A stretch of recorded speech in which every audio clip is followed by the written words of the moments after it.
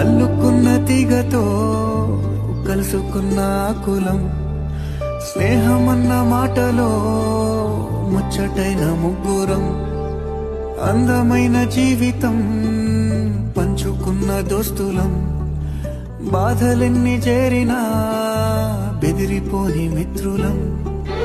చిన్ననాటి నుండి జ్ఞాపకాలతోని కట్టుకున్న వంతెనేమైంది, ఇంతలోనే వాన తాకినట్టు ఈ కాలం కూల్చనా.